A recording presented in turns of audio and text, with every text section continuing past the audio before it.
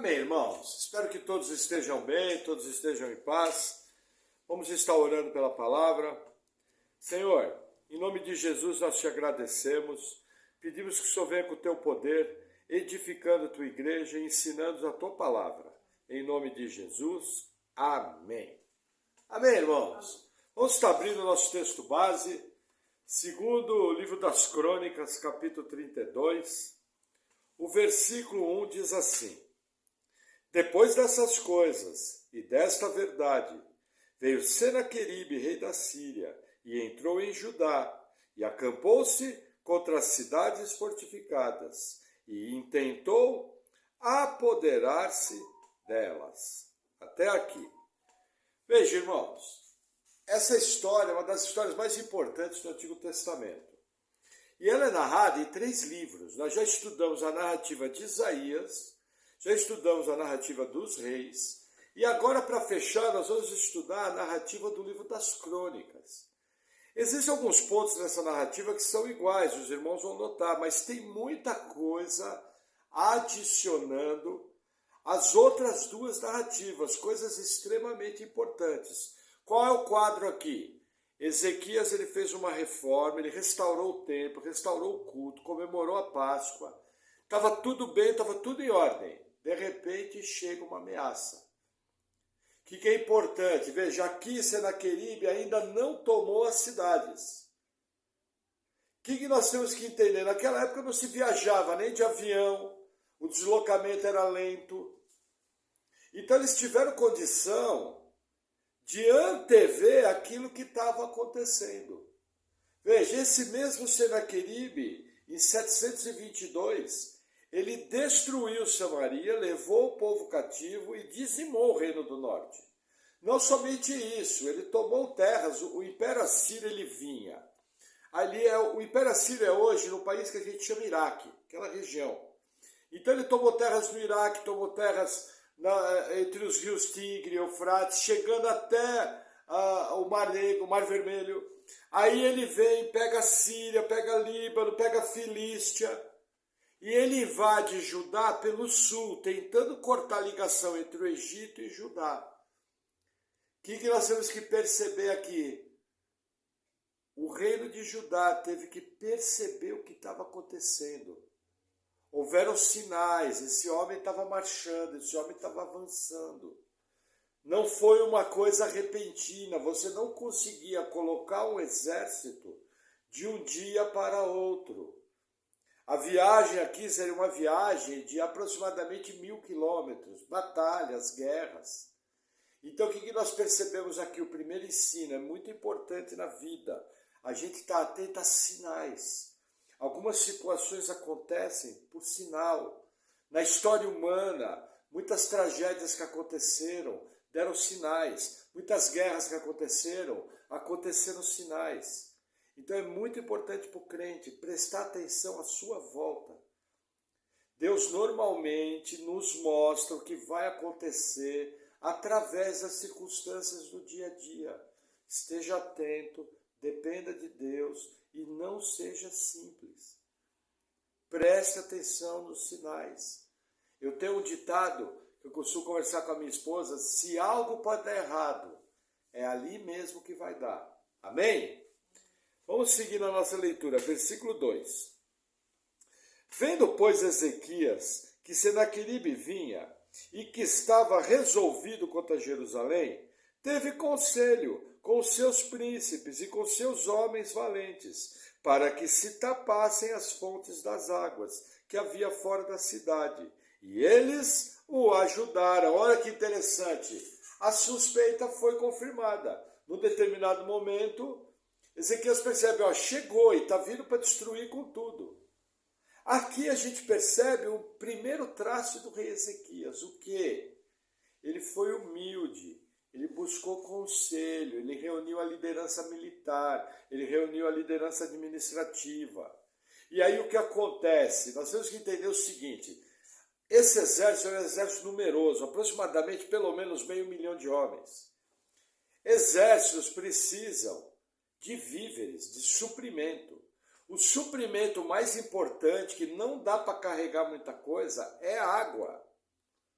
À beira de Jerusalém tem o famoso ribeiro de Gion.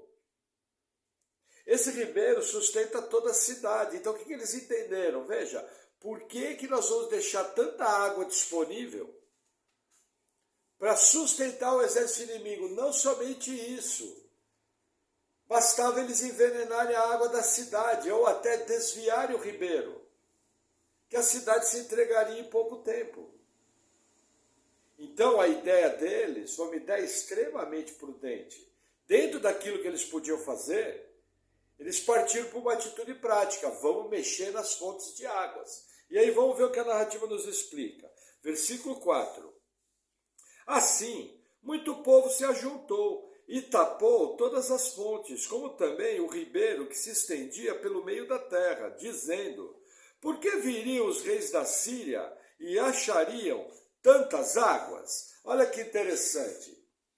O que é tampar os ribeiros? Não é jogar terra dentro. Eles canalizaram os ribeiros. Eles cobriram, eles esconderam a fonte de água. Não bastava apenas tampar. Tinha que tampar e esconder para a água correr por baixo. Não bastava apenas tampar. Tinha que se fazer um túnel para a água chegar em Jerusalém. Veja que interessante. Muitos incrédulos diziam que essa campanha militar era uma mentira. Porque era impossível um país tão pequeno como Judá resistir a um exército tão grande quanto o exército da Síria. Mais ou menos representaria o seguinte: imagine uma nação poderosa como a Inglaterra resolver atacar o Suriname. E aí o Suriname vence a guerra. Seria impossível. É o que aconteceu aqui. Então os incrédulos diziam que isso era uma narrativa mentirosa. Olha que interessante. Em meados do século XIX, um arqueólogo de origem inglesa e francesa, ele descobriu o prisma de Senaqueribe, que hoje está exposto no Museu de Chicago. Nesse prisma tem toda a narrativa da campanha militar de Senaqueribe contra o Oriente Médio. E nesse prisma está escrita a seguinte frase: quanto a Ezequias, o judeu, eu o prendi dentro de Jerusalém como um passarinho na gaiola. E a narrativa encerra aqui, porque nós já sabemos que houve uma grande derrota síria. Jamais um rei querendo ficar famoso vai falar que saiu, passou vergonha e foi derrotado. Então veja, ele falou uma verdade. Ele chegou em volta de Jerusalém e fez um cerco.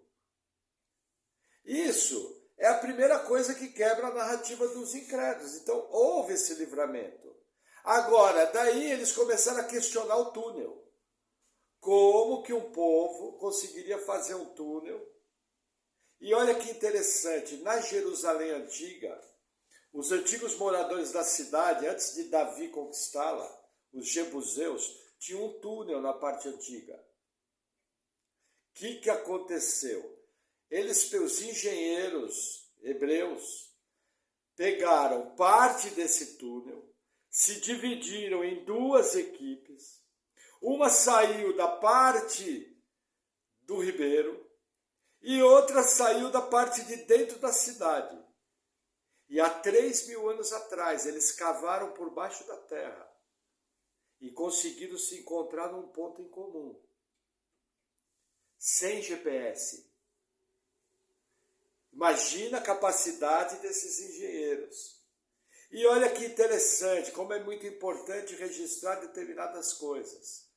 No ponto onde aconteceu a junção dos dois túneis, o rei Ezequias, as autoridades, fizeram uma placa escrita em hebraico antigo, chamado paleo-hebraico. E essa placa foi uma placa comemorativa do final do túnel. Essa foi feita uma descoberta no século XX. E hoje, quando você visita Jerusalém, você pode ir lá visitar o túnel e ler a placa. Uma coisa maravilhosa, uma obra grandiosa. Nós temos que lembrar que eles estavam lutando pela vida deles. Isso é uma motivação enorme. E a narrativa vai continuar, versículo 5.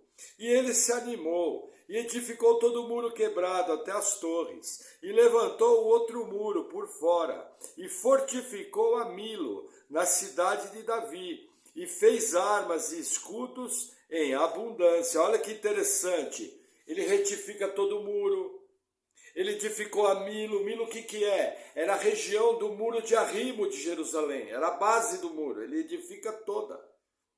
Não somente isso, ele fabrica armas, ele prepara o exército, ele faz tudo aquilo que está ao seu alcance.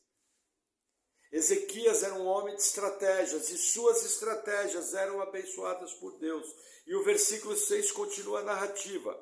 E pôs capitães de guerra sobre o povo, e reuniu-os na praça da porta da cidade, e falou-lhes ao coração, dizendo: esforçai-vos, e tende bom ânimo. Não temais, nem vos espanteis, por causa do rei da Síria, nem por causa de toda a multidão que está com ele, porque há um maior conosco do que com ele. Com ele está o braço da carne, mas conosco o Senhor nosso Deus, para nos ajudar e para guerrear nossas batalhas. E o povo descansou nas palavras de Ezequias, rei de Judá. Até aqui, olha que interessante, além de ser um grande rei, além de ser um rei humilde, Ezequias foi usado por Deus para falar palavras de motivação.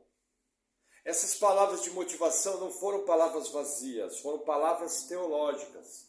Com ele está o braço forte da carne, mas conosco está o braço do nosso Deus, e é ele que vai pelejar nossas batalhas. Irmão, toda luta que você tiver, entenda, Deus peleja por você. Você não está sozinho, você faz tudo que está ao seu alcance, guiado por Deus. Mas quem abençoa, quem dá a vitória, quem dá o resultado final, é o Deus Todo-Poderoso. Agora, é muito importante, nas pessoas que estão próximas a você, sua família, seus irmãos, sua equipe de trabalho, você ser alguém que, inspirado por Deus, fale palavra de ânimo, fale palavras verdadeiras, fale palavras que vão incentivar as pessoas. A motivação é algo extremamente importante na nossa vida, principalmente na vida cristã. Amém? Vamos seguir a narrativa, versículo 9. Depois disso, Senaqueribe, rei da Síria, enviou seus servos a Jerusalém. Ele, porém, estava diante de Laquis, com todas as suas forças. A Ezequias, rei de Judá, e a todo Judá que estava em Jerusalém, dizendo: assim disse Senaqueribe, rei da Síria: em quem confiais vós para vos deixar de sitiar em Jerusalém? Porventura, não vos incita Ezequias para vos entregar para morrerdes a fome e a sede, dizendo: o Senhor nosso Deus nos livrará das mãos do rei da Síria? Não é Ezequias o mesmo que tirou os seus altos e os seus altares e falou a Judá e a Jerusalém, dizendo: diante de um único altar vos prostrareis, e sobre ele queimareis esse incenso? Vamos fazer uma pausa aqui. Veja, a liderança síria se dirige com palavras de ataque contra o povo. O que ele está falando aqui? Veja, a mente dele é pagã. O Deus pagão pode ser adorado em qualquer lugar, em qualquer altar. Quando ele ficou sabendo que Ezequias removeu todos os altos, removeu tudo e purificou, na mente dele pagã, aquilo estava errado. Por quê? Porque ele não conhecia o Pentateuco, ele não conhecia os 5 livros de Moisés, que ordenava o culto apenas no templo. Então, em cima desse erro teológico da sua parte, ele falou como alguém do mundo. Veja, isso é muito comum na nossa vida. Quando você está tendo um problema, as pessoas vêm com o maior absurdo teológico e falam as maiores besteiras para você, como se essas besteiras estivessem na Bíblia. Por exemplo, você está numa dificuldade financeira, que ele vai falar: não é você que fica dando dinheiro para a igreja? Como que agora você está com dificuldade financeira? Veja, uma coisa não tem nada a ver com a outra. Mas é muito importante essa passagem aqui para você entender. Nas lutas vão aparecer pessoas que vão falar os maiores absurdos teológicos. Por isso você precisa ser firme no seu conhecimento bíblico, para saber pela Bíblia tudo que está acontecendo e na firmeza da Bíblia aquilo que você deve fazer. Amém? Vamos avançar, versículo 13. Não sabeis vós o que eu e meus pais fizemos a todos os povos das terras? Porventura puderam de qualquer maneira os deuses das nações daquelas terras livrar o seu país da minha mão? Qual é de todos os deuses daquelas nações que meus pais destruíram, o que pôde livrar o seu povo da minha mão, para que o vosso Deus vos possa livrar da minha mão? Agora, pois, não vos engane Ezequias, nem vos incite assim, nem lhe deis crédito, porque nenhum Deus de nação alguma, nem de reino algum, pôde livrar o seu povo da minha mão, nem da mão de meus pais, quanto menos vos poderá livrar o vosso Deus da minha mão. Até aqui, olha que interessante, nós vimos essa parte das outras narrativas. Aqui, Rabsaque, ele blasfema contra Deus. Ele fala que o Deus de Israel não é o Deus verdadeiro, é um Deus igual ao Deus de todas as nações. E que não vai poder livrar. Aqui ele está falando, o Império Assírio é mais forte que o Deus de Israel. Aqui a coisa começa a mudar de conversa. E mais à frente essas acusações vão ficar mais sérias. Olha que interessante. Versículo 16. Também seus servos falaram ainda mais contra o Senhor Deus e contra Ezequias, o seu servo. Escreveu também cartas para blasfemar do Senhor Deus de Israel e para falar contra ele, dizendo: assim como os deuses das nações das terras não livraram o seu povo da minha mão, assim também o Deus de Ezequias não livrará o seu povo da minha mão.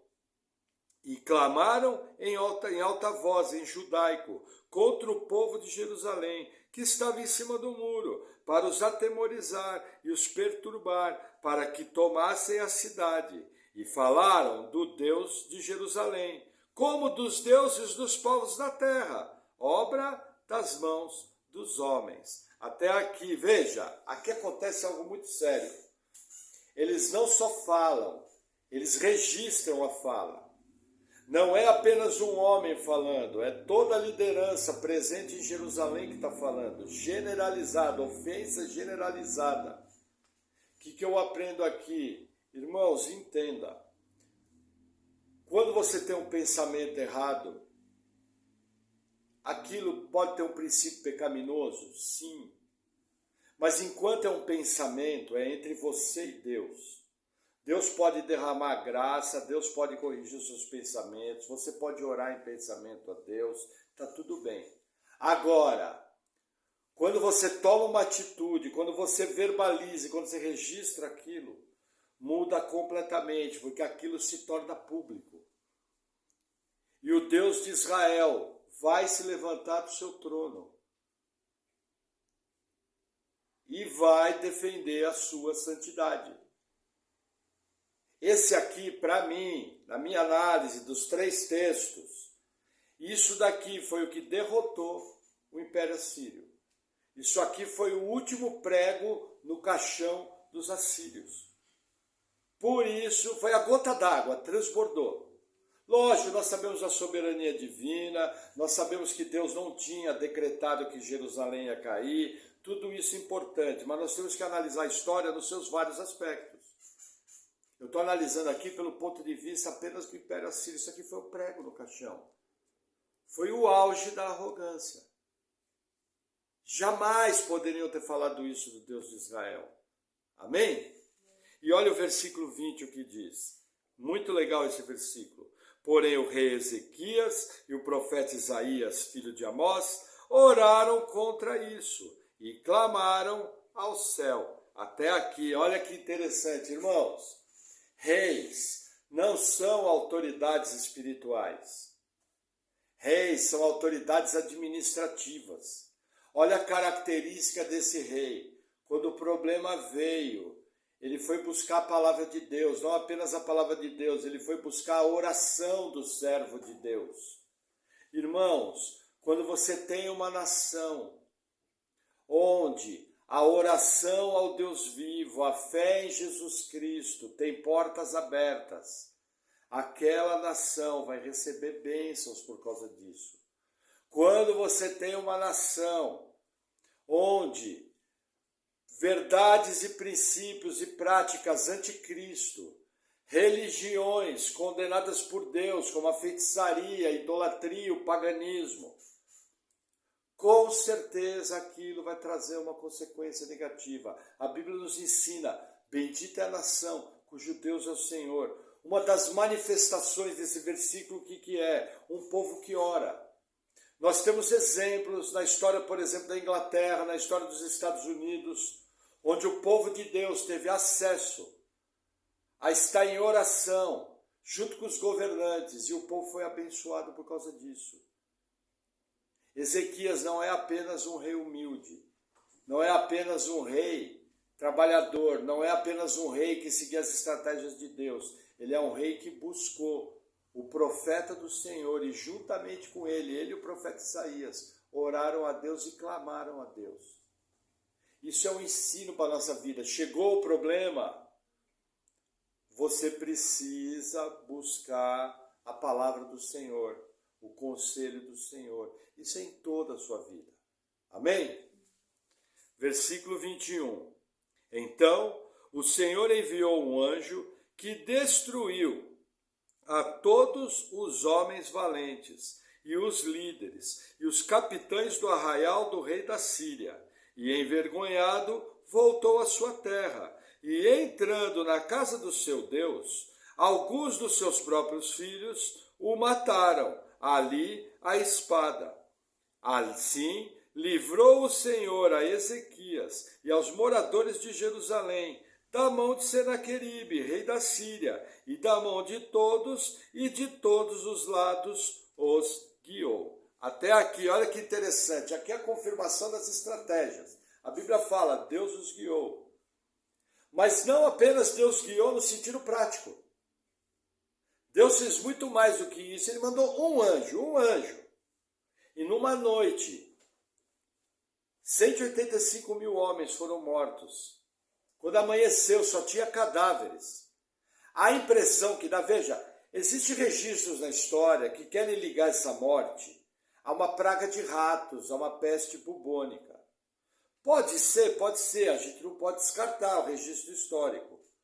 Mas pela narrativa aqui, olha que interessante, pela narrativa aqui, a impressão que dá é que durante a noite, o anjo passou e matou as pessoas. Porque fala cadáveres, como se a vida tivesse sido tirada deles durante a noite. Dormindo mesmo, a vida lhes foi ceifada. É a impressão que dá pela narrativa. Amanheceram cadáveres, essa narrativa está no livro dos reis, segundo Reis, e também está no livro de Isaías. Quando você complementa as três, dá muita impressão que o anjo passou e tirou a vida. Pode ter havido uma causa de ratos? Pode. Por quê? Veja, os assírios estavam sem água. Os assírios estavam sem limpeza. Quem conhece um acampamento militar, todo final de tarde os soldados têm que fazer um asseio. Senão as doenças se proliferam. Os assírios tinham mantimentos que provavelmente foram atacados pelos ratos. Pode acontecer? Pode. Eu, de maneira pessoal, gosto mais da primeira, do anjo passando e tomando a vida. Mas na prática, a gente sabe, 185 mil homens morreram. E o que mais? O que nós vimos nas outras narrativas.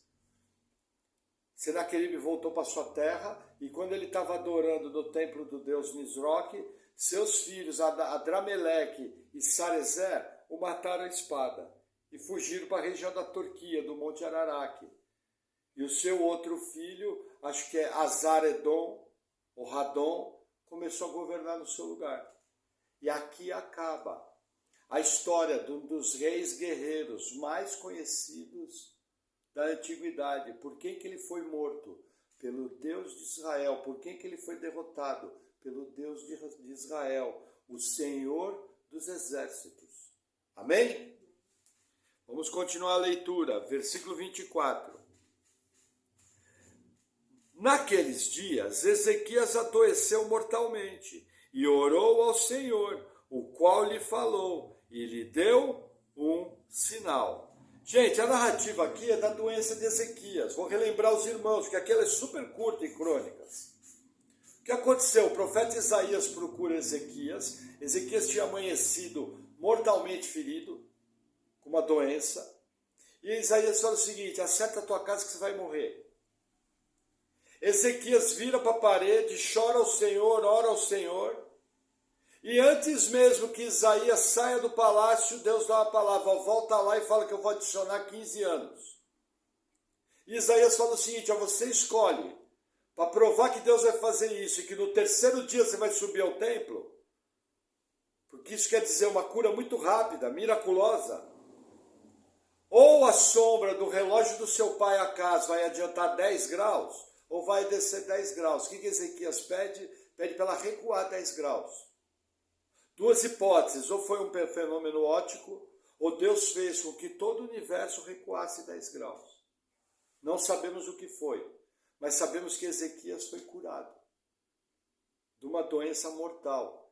E olha que interessante o que Crônicas vai nos ensinar, que não está nem na narrativa de Isaías, nem na narrativa de Reis. Versículo 25. Mas não correspondeu Ezequias ao benefício que lhe fora feito, porque o seu coração se exaltou. Por isso veio grande ira sobre ele, e sobre Judá e Jerusalém. Ezequias, porém, se humilhou pela exaltação do seu coração, ele e os habitantes de Jerusalém, e a grande ira do Senhor não veio sobre eles, nos dias de Ezequias. Veja que interessante. Muitos intérpretes entendem que Ezequias foi tomado pelo orgulho, foi tomado pela altivez. Analisando o texto, veja, existem algumas situações em que às vezes, veja, nós somos carne. Nossa carne é uma natureza pecaminosa. Só que a nossa carne é assim, ela pode cheirar muito mal, pecados grosseiros, um orgulho grosseiro, uma altivez que se levanta, alguém totalmente independente de Deus, que não está nem aí para Deus. Isso eu diria que é uma carne bem mal cheirosa. Mas existe a carne sofisticada, que é uma pecaminosidade muito bem acabada, é uma pecaminosidade disfarçada. Eu imagino que no caso de Ezequias aqui aconteceu o segundo caso. Inclusive comigo. Aconteceu uma situação há bem pouco tempo atrás. Veja, não é confortável a gente falar de experiências nossas. Mas quando a experiência é negativa é muito importante. Por quê? Porque primeiro você aprende que pau que bate em Chico, bate em Francisco. Segundo, você aprende que o seu pastor, se não vigiar, também erra. Veja o que aconteceu. Nosso carro deu um defeito. E para resolver esse defeito, nós tivemos uma série de probleminhas. Depois eu fui orar a Deus, falei: Senhor, por que está acontecendo isso? Porque veja, quando alguma coisa acontece errado, Deus quer te ensinar algo. O que eu percebi? Irmãos, nós precisamos tomar cuidado com uma coisa, aprende esse princípio. E a gente percebe que isso aconteceu na vida de Ezequias. Quando Deus está abençoando a pessoa, quando a pessoa está indo dentro da direção de Deus, aonde a pessoa põe a mão, dá trabalho, tem luta, mas dá certo. Qual é o perigo que a gente corre? A gente corre o perigo da autossuficiência. Você começa a fazer as coisas com uma confiança em você. Você começa a fazer as coisas sem a devida prudência. Você começa a fazer as coisas sem consultar Deus. Isso é pecado. Quando esse tipo de coisa acontece, Deus é obrigado a tirar sua mão protetora e causar um pequeno revés, para que você volte a andar na dependência dele. No caso aqui do rei Ezequias, nós não sabemos exatamente qual foi a falha, não sabemos qual foi o juízo e não sabemos a maneira que esse juízo foi resolvido. O que nós sabemos pelas outras narrativas do livro de Crônicas e de Reis, sempre que algo tinha errado, havia atividade profética, avisando, provavelmente foi isso. E o que nós aprendemos aqui é o seguinte: o mesmo Ezequias que errou, o mesmo Ezequias se tornou orgulhoso, Ele foi homem o suficiente de se arrepender do seu pecado e corrigir antes que a coisa dava errado. Irmãos, no primeiro sinal de revés, abre o olho, presta atenção. As coisas dão errado para você abrir o olho. Às vezes você está errando, às vezes você está sendo imprudente, às vezes você não está analisando o todo. Cuidado, Deus manda avisos, você não precisa sofrer desnecessariamente. E cuidado com a autossuficiência. Veja, no meu caso, os problemas que eu tive com o meu carro, eu percebi que eu, de uma maneira muito humilde, muito bem cheirosa, muito bacaninha, né, pastor, estava agindo de maneira autossuficiente. Aí aconteceu 2, 3 erros, você leva um soco bem dado no nariz, e aí você para pensar. Não precisa ser assim. No primeiro pequeno sinal, recue. Ezequias aqui, quando percebeu que estava errado, antes que o juízo pesado viesse, ele e o povo se arrependeram e Deus removeu o juízo. É assim que tem que ser. Amém? Vamos avançar, versículo 27. Não, versículo 26. Não, já falei o 26. 27. E teve Ezequias riquezas e glória, e em grande abundância. Proveu-se de tesouraria para prata, ouro, pedras preciosas, especiarias, escudos e toda espécie de objetos desejáveis. Olha que interessante. Esse texto mostra as características de um grande administrador. Ele mostra muito mais. Para mim, ter um administrador de coisas preciosas, eu preciso ter ouro, preciso ter prata, preciso ter pedras preciosas. Então, Ezequias, além de administrar bem, primeiro, ele vai formar uma equipe para administrar. Segundo, mostra que ele foi abençoado por Deus. Novamente, uma característica de seguir as direções de Deus. Lembra, Deus é de organização, Deus é Deus de paz, Deus não é Deus de bagunça. E aqui ele colocou administradores para cuidar disso. Não somente isso, versículo 28. Também de armazéns para a colheita do trigo, e do vinho, e do azeite, e de estrebarias para toda espécie de animais, e de currais para os rebanhos. Veja, suprimento. Não adianta só plantar. Veja, ele era um rei, amigo da agricultura. Mas não somente isso, ele teve depósito, ele teve celeiro, ele teve locais, currais para colocar o rebanho. Lembra do exemplo de José no Egito? Ele armazenou por 7 anos uma colheita farta que serviu de sustentação para o povo nos 7 anos de vaca magra. Essa é a característica de Ezequias. Ezequias trabalhava com equipe, não centralizava tudo. Versículo 29.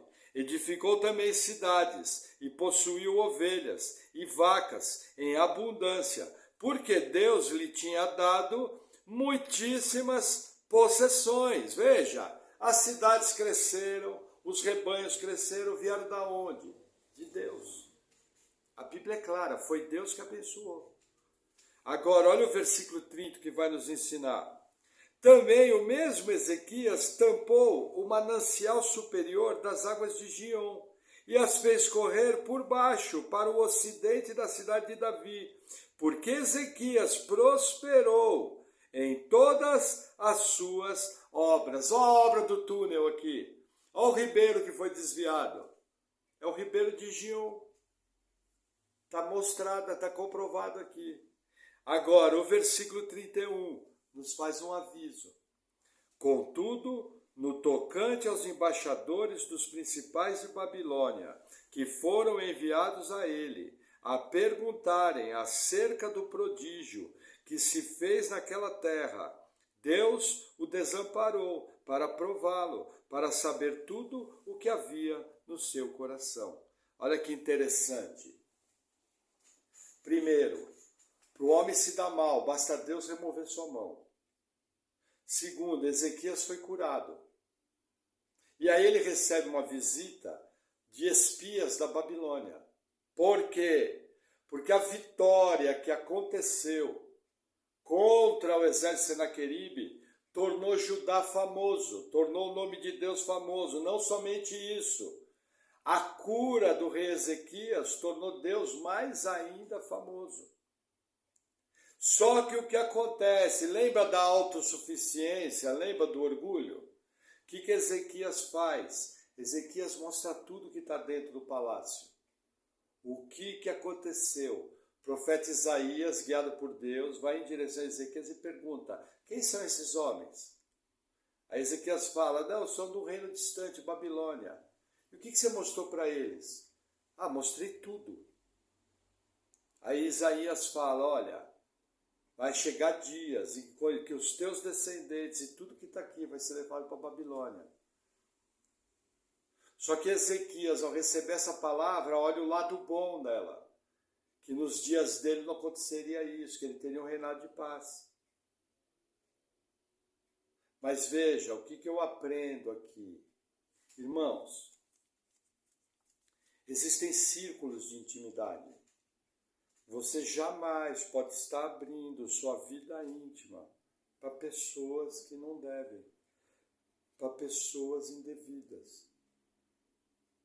Existe gente que não tem coração, não tem sentimento, não tem maturidade para ver a bênção de Deus na sua casa, ou até para ver as suas lutas.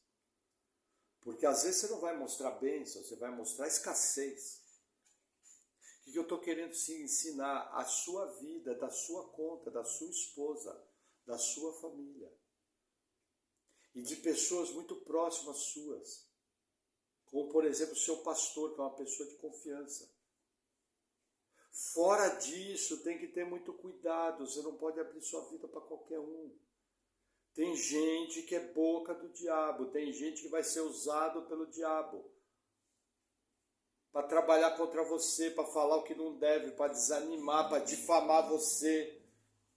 Às vezes para falar alguém indevido. Por exemplo, teve pessoa que foi assaltado porque alguém que não devia viu a riqueza dele e falou para o outro, e foram lá e assaltaram. Mais ou menos é assim, você pega um baita colar de ouro, com brincos de ouro, com pulseira de ouro, com relógio de ouro, e vai andar no centro de São Paulo, ou no centro do Rio de Janeiro, ou no centro de uma capital do Nordeste. O que vai acontecer com você? Você vai ser assaltado. É esse princípio que está envolvido aqui. Não se mostra todas as coisas. Tem coisa que é imprudência. Então tenha cuidado nessa área. Amém? E aí, para encerrar, versículo 32. Quanto aos demais atos de Ezequias e as suas boas obras, eis que estão escritos na visão do profeta Isaías, filho de Amós, e no livro dos reis de Judá e de Israel. E dormiu Ezequias com seus pais, e os sepultaram no mais alto dos sepulcros dos filhos de Davi, e de todo Judá. E os habitantes de Jerusalém lhe fizeram honras na sua morte, e Manassés, seu filho, reinou em seu lugar. Até aqui, veja, um dos túmulos mais altos foi do rei Ezequias. Foi enterrado em destaque. Gente, a Bíblia fala que não houve rei como Ezequias. Para vocês terem uma ideia, o governo de Ezequias, a Jerusalém que Salomão governou, era o dobro de tamanho da Jerusalém que Davi, seu pai, governou. A Jerusalém que Ezequias governou tinha 4 vezes o tamanho. E ele foi usado por Deus e guiado por Deus. Ele foi um instrumento para defender a cidade, para fazer o que tinha feito. Resultado, começou bem a vida cristã, teve um tropecinho ou outro, como às vezes a gente tem, mas se arrependeu e acabou bem. Foi um dos maiores reis de Israel, enterrado com as maiores honras. Amém? O que eu aprendo com esse texto? Gente, primeiro de tudo, espiritualidade tem que ser seguida de bom senso. Não existe espiritualidade sadia que não for seguida de bom senso. Existem pessoas que acham que só se tiver fé, é só ter fé. E não precisa fazer mais nada. Não é assim. A nossa fé é uma fé ativa. A nossa submissão a Deus é uma submissão ativa. aquilo que está ao seu alcance, que Deus está mostrando, você tem que fazer, você tem que ser bom senso, tem que ter bom senso, tem que buscar se preparar, tem que buscar fazer o correto, tem que plantar boas sementes. Esse ano aqui vai ser o que você plantou nos anos passados. Então não tenha uma fé tola. A fé bíblica une a boa espiritualidade guiada por Deus com o bom senso, usando a inteligência e a sabedoria que somente Deus pode te dar. Amém? Que mais que eu aprendo? Veja, Ezequias escolheu o caminho mais difícil. Muitos reis na campanha da Síria simplesmente se entregaram. Era muito mais barato para Ezequias se entregar. Ia chegar o rei da Síria, eles iam assinar um tratado, eles iam mandar impostos. Só que havia um detalhe, no tratado, Judá tinha que adorar o Deus assírio. Podia adorar o Deus de Israel, mas tinha que adorar junto os assírios. Ezequias podia dar aquela desculpinha, não, é de mentirinha, não tem problema. Veja, muitos de nós, na nossa vida secular, abaixamos o preço. No nosso trabalho, fazemos coisas que não devia. Nas nossas atitudes, fazemos coisas que não devia, falando, não tem problema. Não é assim que funciona. Você tem que pagar um preço para servir a Deus na sua vida pessoal, num mundo incrédulo e anticristão. Isso exige um preço. Isso exige integridade, isso exige honestidade. Muitas vezes vai exigir prejuízo. Amém? Que mais que eu marquei aqui? Gente, o perigo da autossuficiência, eu já expliquei. Cuidado com a independência de Deus. Que mais que eu marquei aqui? Gente, a ameaça, sempre que acontece um problema, sempre que acontece uma ameaça, para avaliar a situação. Teve gente que escapou do Holocausto, na Segunda Guerra Mundial, porque percebeu aonde ia dar aquilo.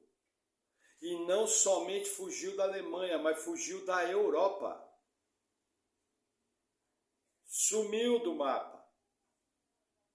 Porque percebeu anos antes o que ia acontecer. Cuidado, seja sábio, tenha discernimento, perceba os sinais. A Bíblia fala que o sábio discerne o tempo e o modo. Amém? Que mais? Cuidado com uma cegueira e cuidado com uma ingenuidade. Quando a ameaça bate às portas, faça tudo aquilo que é necessário. Faça tudo aquilo que tem que ser feito. Haja com firmeza. Pague o preço e vença a ameaça. Esse é o seu papel. Não dê moleza, porque se você der moleza, você vai ser engolido pelo problema. E você vai se machucar bastante. Inclusive, pessoas que você ama vão se machucar junto. Seja firme, seja forte, busca a Deus e siga as orientações de Deus, que com certeza você vai ter a vitória. Amém? Vamos orar?